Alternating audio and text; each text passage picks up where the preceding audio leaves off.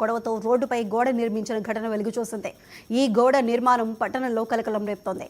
దీనిపై మున్సిపాలిటీ అధికారులు చూసి చూడనట్లుగా వ్యవహరించడం చర్చనీయాంశంగా మారింది. గోడ నిర్మాణం తమ దృష్టికి వచ్చిందని నోటీసులు పంపామన్నారు కమిషనర్. గోడను తొలగిస్తామన్నారు. అవసరమైతే పోలీసులకు ఫిర్యాదు చేస్తామన్నారు.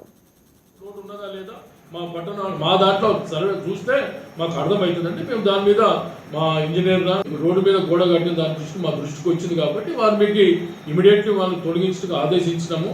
ముందుగా మేము వారికి నోటీస్ ఇవ్వడం జరుగుతుంది. వారికి సంబంధించిన కాగితాలు ఎప్పటి వరకు ఉన్నది, ఆ సర్వే నెంబర్ వరకు వాళ్ళకున్నదా వీళ్ళకున్నదా అవి విచారించిన తర్వాత వారిపై చర్య తీసుకుంటాం. మీ ద్వారా తెలియజేసుకుంటాం. రోడ్డు మీద గోడ కట్టడం అది ఇల్లీగల్ అంటే యాక్చువల్గా మా రోడ్డు ఎక్కడి వరకు ఉన్నది, కంటిన్యూషన్ రోడ్డు ఉన్నదా లేదా మా దాంట్లో సర్వే చూస్తే మాకు అర్థమవుతుందండి. మేము దాని మీద మా ఇంజనీర్ తర్వాత టౌన్ ప్లానింగ్ అధికారిని పంపించి దాని మీద చర్య తీసుకుంటాం. అంటే ఎన్ని రోజులు లేని గోడ ఇప్పుడే ఎందుకు తెలిసిందా? అది మరి వాళ్ళకు ఉన్నటువంటి అక్కడ వాళ్ళకి సంబంధించి ఏ విషయాల్లో మాకు తెలియదు. దాని మీద కూడా మేము అలాంటి ఏదైనా ఇల్లీగల్గా కాక ఉన్నట్టుంటే మేము కూడా పోలీస్ స్టేషన్లో కంప్లైంట్ చేసేసి వారి మీద చర్యలు తీసుకోవడానికి మేము గోడ అవతల ఒక వెంచర్ ఉందా? వెంచర్ పర్మిషన్ ఉన్నదా లేదా?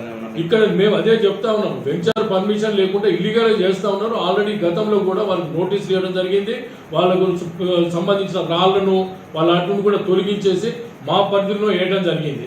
అయినా కానీ మేము ఇంత చెప్తున్నాం, వాళ్ళకు రావటం లేదు. దయచేసి మీ ద్వారా నేను అదే కోరుకుంటాను. మీరు ప్రజలు కూడా మున్సిపల్ అనుమతి ఉన్నదా లేదని కనుక్కొనేసి మీరు పర్చేజ్ చేసుకోవాలని మీ ద్వారా తెలియజేస్తున్నాం. రంజాన్ పండుగ సోదర భావానికి ప్రతీక వంటిదని ముదిరాజు కార్పొరేషన్ చైర్మన్ బొరా జ్ఞానేశ్వర్ ముదిరాజు పేర్కొన్నారు. కుల మతాలకు అతీతంగా